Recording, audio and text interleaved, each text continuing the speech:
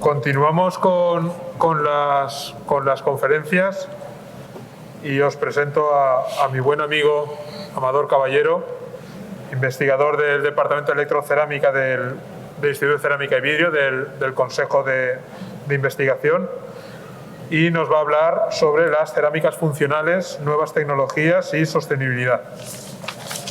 Gracias, Amador. Muchas gracias, Isaac, por la presentación. Bueno, en primer lugar, dar las gracias a la organización del evento por darme la oportunidad de venir aquí un ratito a hablar con vosotros. Más que lo planteo más como un hablar con vosotros de cerámicas funcionales. Os voy a cambiar el tercio completamente, porque yo os voy a hablar desde el punto de vista de la investigación y la tecnología de materiales, o sea, desde la pura ciencia de materiales. Ahí vamos a ver, os quiero contar un poquito desde ese punto de vista cuáles son, digamos, las zonas o los puntos más candentes de aquí en el futuro, sobre todo en el entorno europeo, en el futuro próximo en el entorno europeo. Bueno, aunque estoy yo aquí dando la presentación, quiero dar el crédito que se merecen a los miembros de mi grupo, que estamos haciendo cerámicas funcionales en el Instituto de Cerámica y Vidrio. Y tenemos en la página web la información de todos los proyectos y las cosas que estamos haciendo, y podéis consultar así, ver el tipo de trabajos que hacemos. ¿De acuerdo? Bueno, pues vamos allá. Los materiales funcionales. Los materiales funcionales inicialmente se consideran materiales funcionales todos aquellos... Estoy un poco despistado porque... Lo estoy viendo la transparencia al revés, vale, no importa, perdonad. Los materiales funcionales inicialmente se consideran materiales funcionales a todos aquellos que no cumplían una función estrictamente estructural u ornamental. Es decir, son materiales que tenían unas propiedades que eran susceptibles de modificarse con el medio que les rodea. Es decir, una cierta propiedad que variaba cuando un parámetro del entorno también variaba, sea presión, temperatura, absorción de un gas. Es decir, eran materiales capaces de interactuar con el entorno y, por lo tanto, permitían o bien detectar cosas, detectar fenómenos o hacer funciones. De ahí el nombre de funcional. Estas propiedades, normalmente en estos materiales, se generaban básicamente en un control tanto composicional como microestructural del material muy estricto. Y entonces, con el paso del tiempo, todas estas materiales funcionales, y en particular las cerámicas, que tenían necesitaban este control tan estricto de su microestructura y su composición para tener las propiedades que queríamos, se han ido denominando de diferentes maneras. Como veis, hay cerámicas técnicas, avanzadas, funcionales. En realidad eso con el paso del tiempo se va diluyendo. En realidad lo que tenemos son materiales que tienen propiedades únicas o en algunos casos únicas o superiores a las de otro tipo de materiales, van a campos de aplicaciones diferentes, tienen aplicaciones en entornos diferentes de los habituales, y son materiales que además trabajan normalmente en sistemas, o bien como materiales compuestos o en sistemas complejos donde hay también otro tipo diferente de materiales. Está a modo de ejemplo de lo que os estaba diciendo, no sé si se ve bien, yo desde aquí atrás no lo veo muy bien, pero supongo que vosotros lo veis bien ahí, ¿no? ¿No? Bueno, esto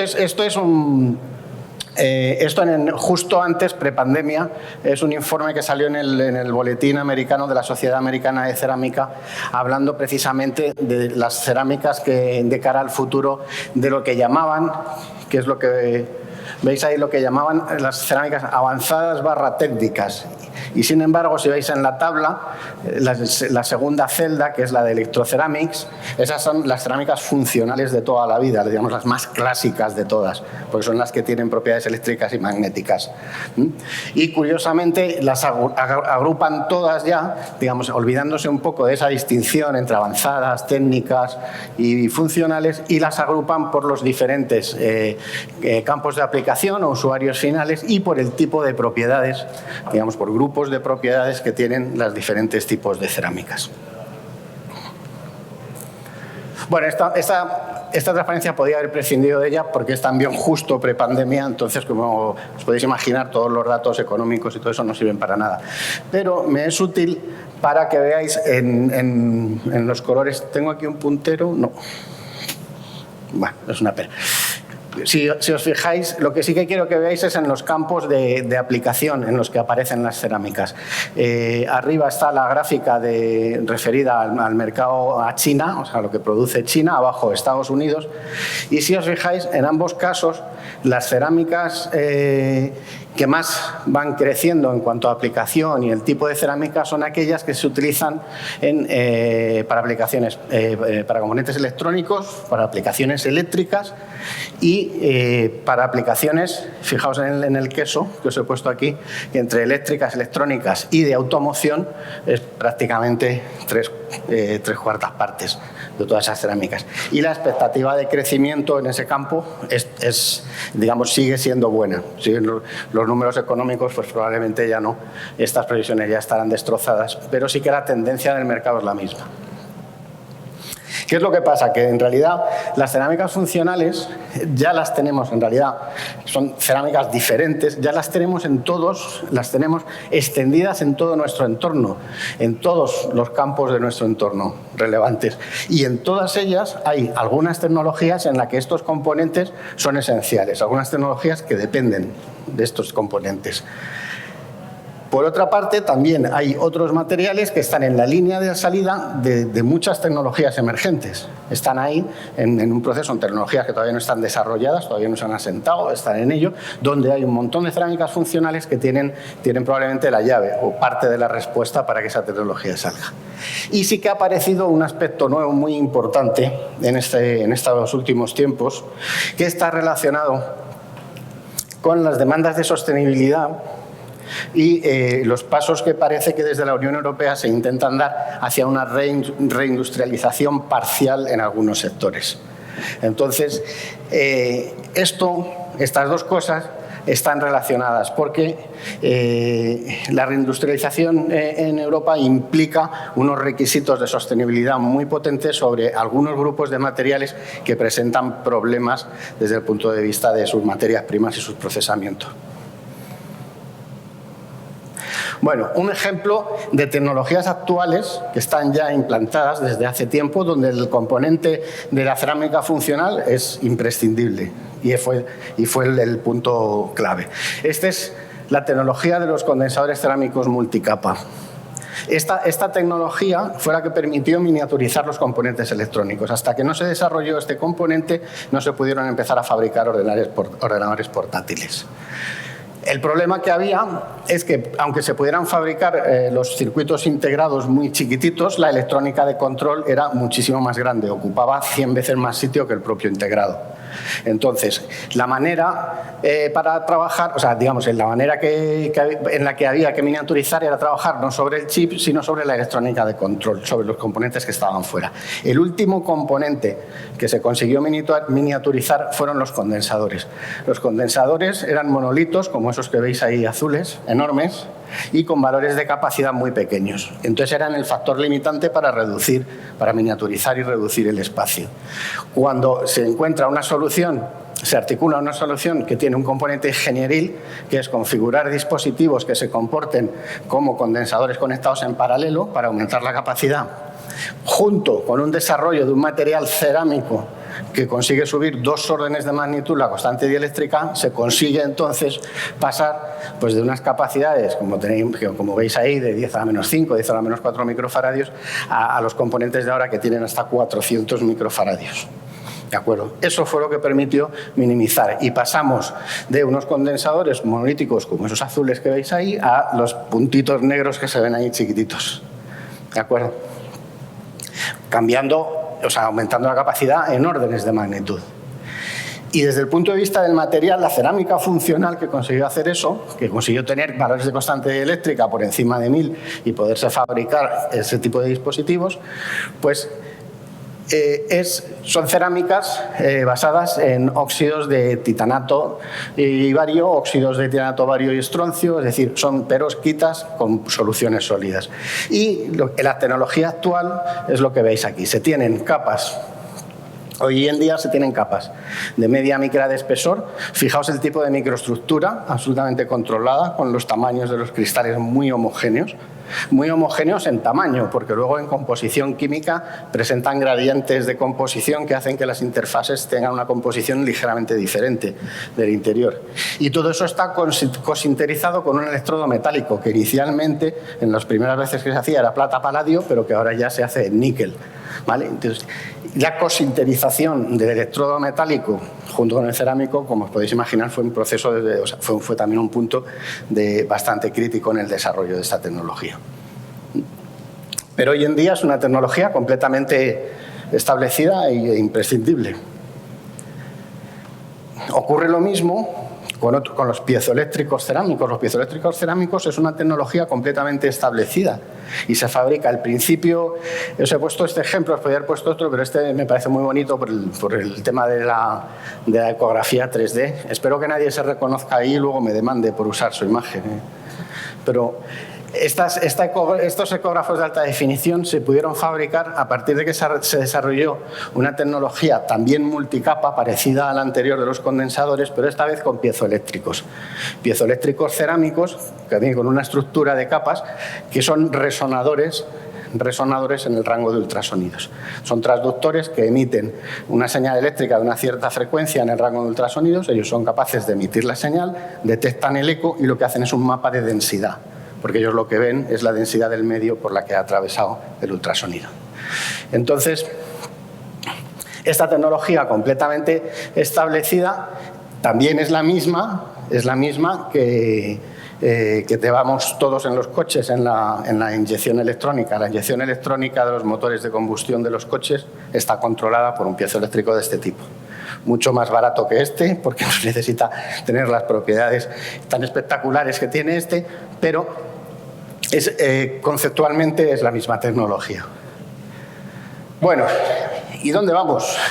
¿Dónde vamos ahora? Esto son tecnologías, cosas que ya están establecidas. Bueno, pues ahora en Europa estamos condicionados por un montón de cosas, ¿no? Pero sobre todo en el nuevo plan, en Horizonte Europa, lo que se ven estas cosas que he destacado, en particular para las cerámicas funcionales.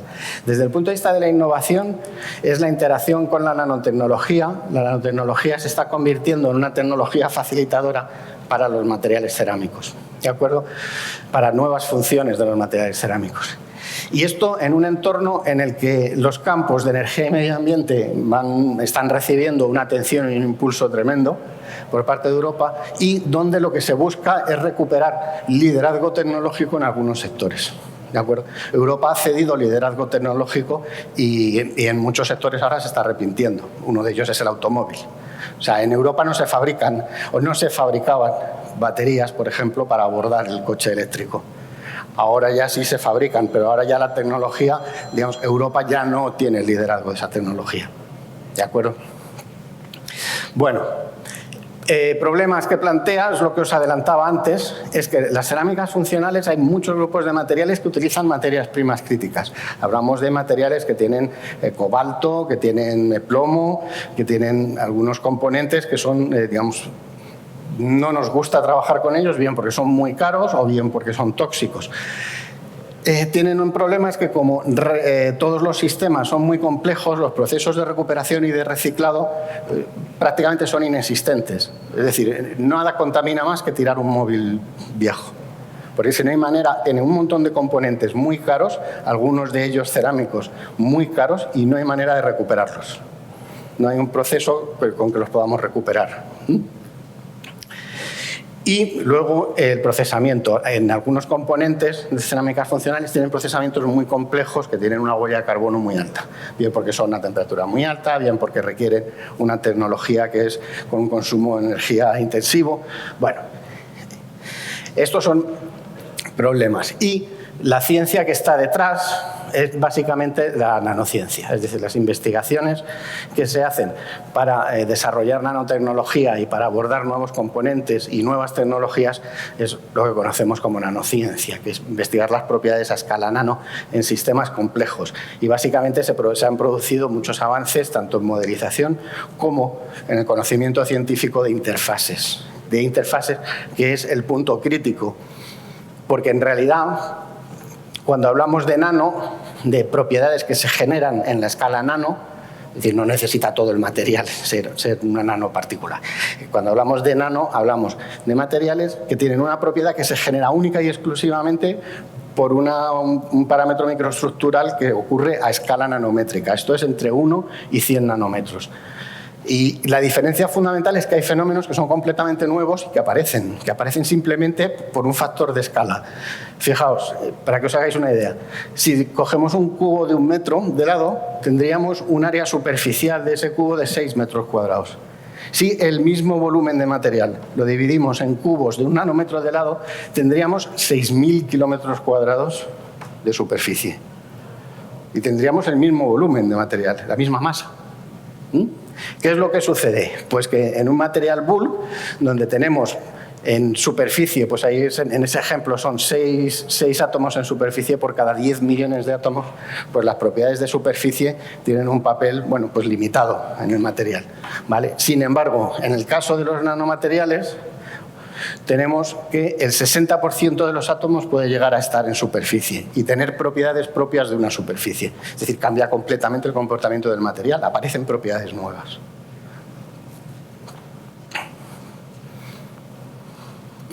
Vamos a ver un ejemplo de esto que os estoy diciendo, un ejemplo propio de cosas que hemos hecho nosotros en el grupo. Esto es un recubrimiento de óxido de zinc, que es un recubrimiento delgado, una lámina delgada, que es completamente denso y transparente, completamente transparente al visible.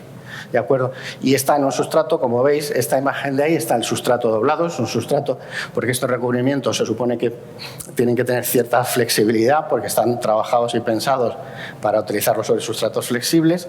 Ahí tenéis un sustrato doblado, que fue como los metimos en el microscopio a la búsqueda de defectos, grietas y fallas en la lámina. ¿De acuerdo? Bueno, pues ahí lo veis. Como si lo vemos desde arriba, pues vemos con pequeños poros, pero muy poquitos, porque la lámina es completamente transparente. Vemos la lámina de óxido de zinc, con todo el zinc denso a escala nanométrica. Bien, cuando nos vamos sobre las zonas que están dobladas y detectamos defectos para poder ver la capa, cómo se pela la capa y ver más o menos qué espesor tiene, vemos que tiene un espesor aproximado de 30 nanómetros, ¿de acuerdo? Y que sigue siendo perfectamente densa. Bueno, lo interesante de esto está ahí arriba. Es que desde la síntesis del óxido de zinc hasta tener esas capas densas recubiertas, en ningún momento hemos pasado de 300 grados. Es decir, es un proceso por el que el material llega a densificar, lo podemos poner y llega a densificar sin necesidad de aportar energía en forma de temperatura, sin necesidad de eso. ¿De dónde saca el material la energía o cómo llega a esa situación? Bueno, pues esta es la explicación, y la explicación es un efecto de escala. Nosotros hicimos el recubrimiento por un proceso de electrodeposición. Es decir, pusimos nanopartículas de óxido de zinc, nanopartículas con forma de copo, es decir, con un tamaño de aproximadamente 50 nanómetros y un espesor entre 5 y 10. Y esas nanopartículas, puestas en suspensión, se depositaron sobre un sustrato aplicando un campo eléctrico, ¿vale? Bueno, pues si uno mide cómo cambia el campo eléctrico, resulta que cuando se va formando la capa de ese tipo de partículas que tienden a poner su dimensión más grande paralela a la superficie, pues cuando vemos cómo cae el potencial, vemos que la mayor parte de la diferencia de potencial se consume justo donde se está formando la capa. ¿Eso qué significa? Eso lo que significa es que aunque yo esté aplicando 1 voltio, 3 voltios, 2 voltios, 3 voltios, como pone ahí, lo que está viendo una capa de 30 nanómetros es un campo eléctrico local de 100 kilovoltios por centímetro. Es como si le estuviera cayendo un rayo encima, porque es muy poca masa. Entonces, aunque el campo eléctrico es muy pequeño, es tan poca masa que es la energía suficiente para que esas partículas se orienten, se ordenen y densifiquen, se compacten, sin necesidad de subir la temperatura. Cielos. Bueno, pues con este tipo de efectos se encuentra uno cuando va en la escala nano. Ahora mismo, en investigación y en tecnologías emergentes, se trabaja con nanocerámicas de estos campos. En el campo de Pero en el campo de la energía se trabaja muchísimo. Esto es muy conocido ya. Se trabaja, digamos, los materiales con estructura perovskita. Son los que están mejorando más el comportamiento, tienen más eficiencia para estas células, pero se sigue trabajando en ello y se hace un esfuerzo en encontrar diferentes tecnologías que se puedan aplicar, sobre todo en superficies grandes, porque la idea es convertir cada superficie susceptible de que le dé el sol en un panel. Pero además han recobrado fuerza estos dos tipos de aplicaciones, que son las cerámicas termoeléctricas, para generar electricidad a partir de diferencias de temperatura. Esto ya se hace en las sondas. La sonda, ahí tenéis una foto de la sonda de la rover que está en Marte. Utiliza una combinación para tener energía de diferentes soluciones. Y una de ellas, precisamente por la diferencia de temperatura que hay, según los ciclos día y noche, es el uso de materiales termoeléctricos. En este caso, cerámicas no oxídicas, pero cerámicas termoeléctricas. Y sobre todo la recuperación de energía en sistemas donde estamos desperdiciando energía, que esos son los que se llaman los harvesters.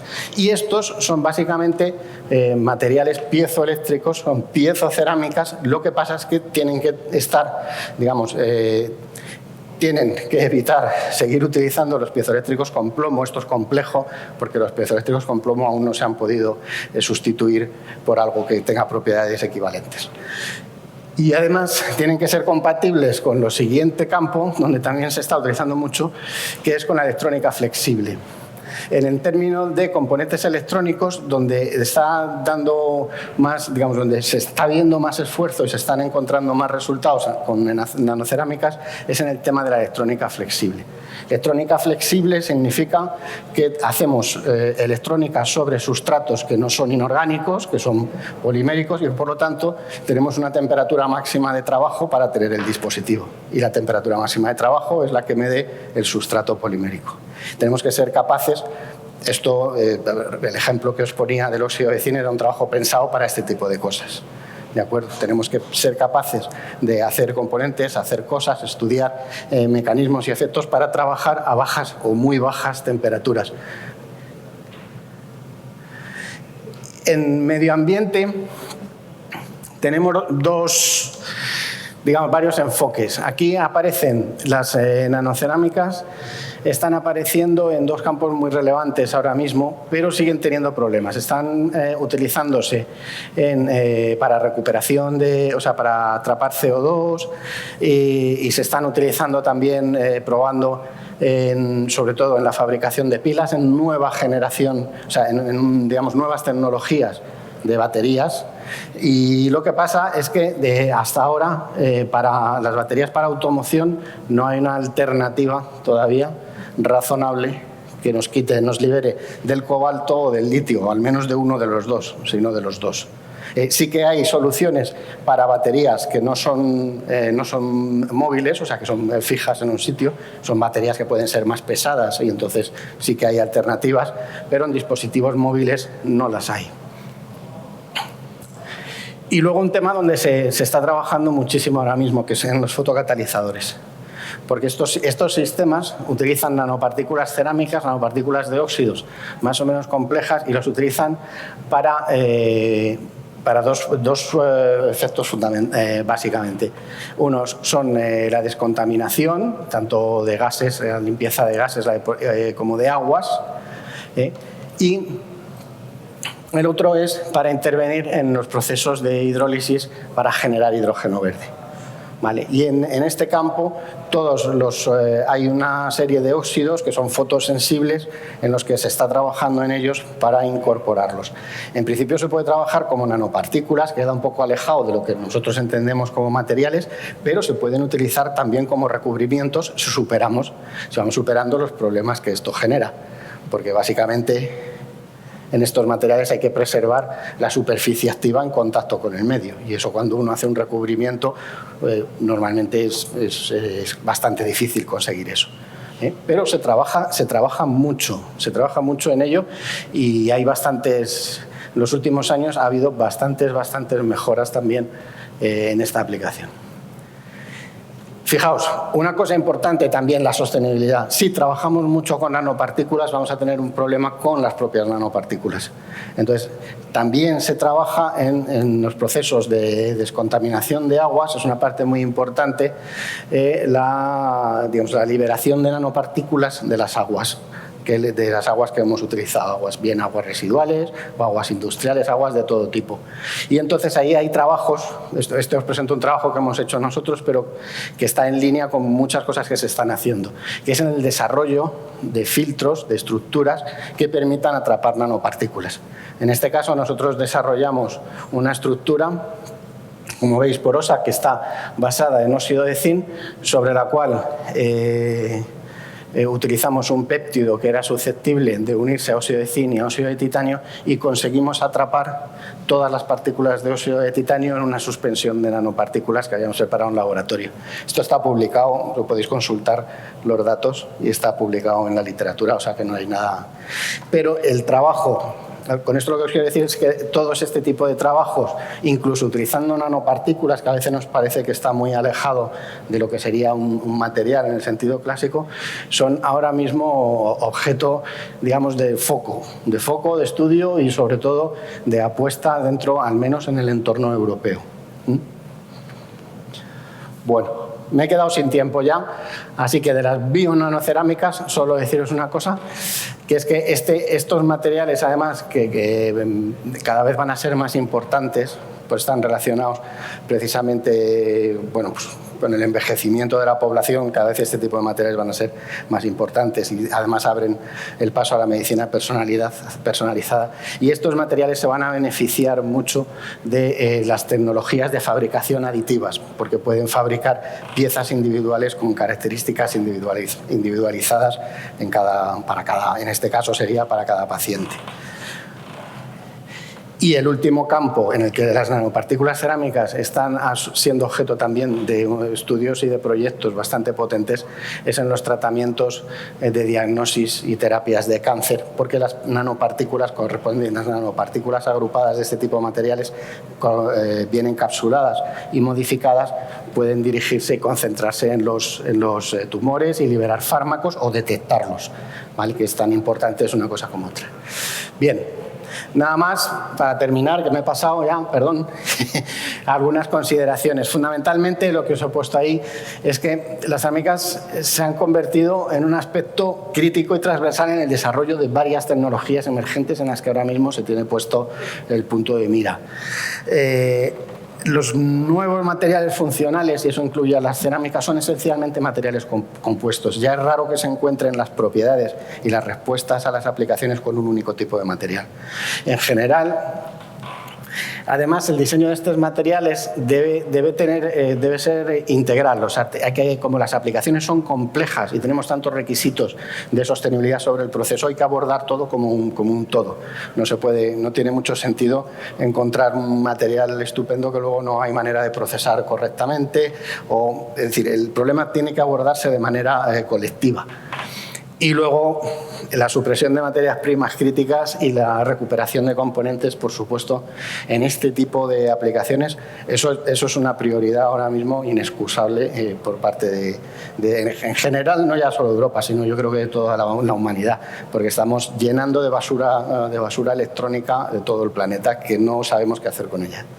Bueno, pues gracias por vuestra atención y espero que habéis pasado un rato agradable. Gracias, Amador. Muchas gracias.